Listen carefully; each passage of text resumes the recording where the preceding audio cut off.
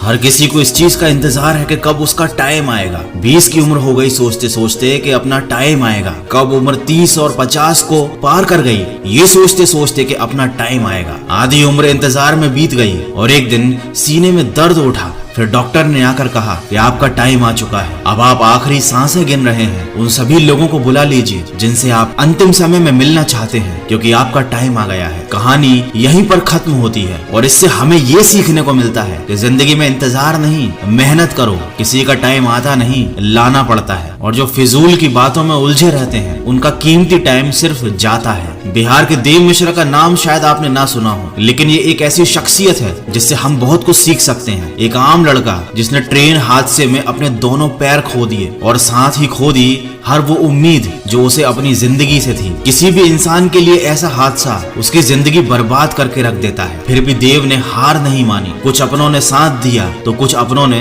साथ छोड़ दिया, लेकिन उनकी माँ हमेशा उनके साथ रही। कुछ लोगों ने तो यहाँ तक भी कह दिया उनसे कि अब तुम भीख मांगना शुरू कर दो। अरे लोग तो होते ही ऐसे हैं, मुश्किल समय में साथ देना तो दूर, अच्छी बातें भी नहीं करते। लेकिन देव ने अपने दम पर जिंदगी जीना शुरू किया। पैर ना होते हुए भी वो अपने पैरों पर खड़े हुए। उन्होंने हार नहीं मानी और आज वो काफी ज्यादा फेमस हैं। देव मिश्रा हम सबके लिए एक मिसाल है कि चाहे जिंदगी हमारे साथ कोई भी खेल खेल जाए, हमें हार नहीं माननी है। एक बड़ी पुरानी कहावत है, किसी का बुरा करना, किसी पर अत्याचार करना एक बहुत बड़ा पाप होता है और अत्याचार सहना उससे भी बड़ा पाप होता है। लेकिन अब मैं आपको एक ऐसी कहावत बताने वाला हूँ जो आपने शायद ना सुनी हो। अगर कोई इंसान जिंदगी में कुछ करना चाहता है, कुछ बनना चाहता है, उसके कुछ सपने हैं, और उस इंसान से जाकर ये कह देना कि तुम कुछ नहीं कर सकते, तुम किसी काम के नहीं हो, ये एक बहुत बड़ा पाप होता है। और अगर कोई बात ये आपसे कहता है और आप इस बात को चुपचाप सुनते रहते हो, उस इंसान को इतनी इजाजत देते हो कि वो आपके सामने खड़े होकर आपके हौसले को तोड़ सके, आपसे ये कह सके कि आपसे कुछ नहीं हो सकता, और आप चुपचाप सुनते रहो उसकी बातें,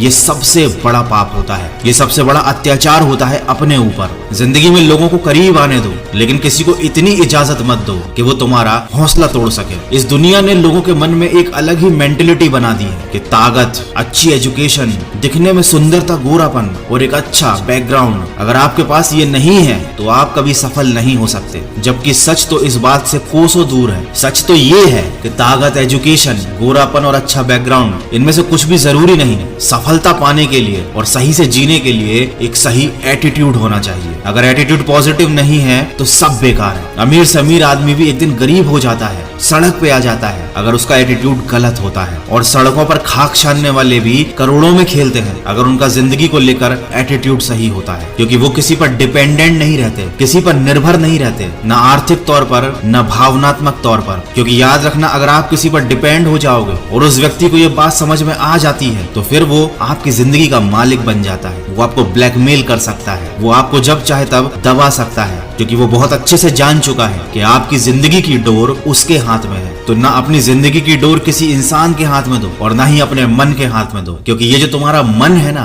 ये तुम्हारा सबसे बड़ा दुश्मन है। इसीलिए हमेशा किसी और की नजर से खुद की जिंदगी को देखो और जो सही लगता है वो डिसीजन लो। मन तो कभी करेगा, कभी नहीं करेगा। मन के चक्कर में न जाने कितने लोग लुट गए, बर्बाद हो गए। तो हमेशा अपनी जिंदगी को दूसरों की दृष्टि से देखो और वो निर्णय लो जो तुम्हारे लिए सही है। और अपने हर कदम को, अपने आने वाले काम को एक रहस्य रहने दो लोगों के लिए। दुनिया को सिर्फ नतीजे दिखाओ। देखो, लोगों को बहुत जल्दी होती है, हर चीज का नतीजा देखना चाहते हैं, लेकिन कोई भी बड़ा काम 1 या 2 दिन में तो होता नहीं है। तो उन्हें लगता है कि शायद आप इस लायक ही नहीं, वो आपको डिप्रेस करने की कोशिश करते हैं, जाने अनजाने में आपका मोटिवेशन खत्म कर देते हैं। देखो, अपने आप को समझना एक बारीक प्रक्रिया है। इस काम को समय दो, खुद को गहराई से समझना बहुत जरूरी है। आपको अपने हर सवाल का जवाब अपने ही अंदर मिल जाएगा। देखो, इस दुनिया में हर इंसान की प्रवृत्ति एक जैसी होती है। थोड़ी सी कठिनाई आ जाती है तो रोना शुरू कर देते हैं, सोचने की बजाय दोष दूसरों पर थोपना शुरू कर देते हैं। मन में तरह तरह के विचार आने लगते हैं कि काश मैं किसी अमीर इंसान के यहाँ पैदा हुआ होता तो शायद मुझे जिंदगी में इतनी मेहनत ना करनी पड़ती, इतनी परेशानियां ना उठानी पड़ती। लेकिन वो ये बात नहीं समझते कि वो कितने खुश नसीब हैं जो आज की सुबह जिंदा उठे। न जाने इस दुनिया में कितने ऐसे बदनसीब लोग थे जिन्होंने आज की सुबह का सूरज नहीं देखा। अगर तुम ऐसे सपने देखते हो कि तुम्हें कोई गड़ा हुआ खजाना मिल जाएगा, तुम्हारी किस्मत एकदम से चमक जाएगी, तो वाकई में तुम एक नंबर के स्वार्थी, मूर्ख और आलसी इंसान हो। देखो, तुम्हारा जन्म कहाँ हुआ ये तुम्हारे हाथ में नहीं था। अब तक जो तुम्हारे साथ हुआ उसे तुम बदल नहीं सकते, लेकिन आगे की जिंदगी तुम्हारे हाथ में है और उसको सिर्फ एक इंसान बदल सकता है, जो आप खुद हो। इतिहास कहता है कि कल सुख था,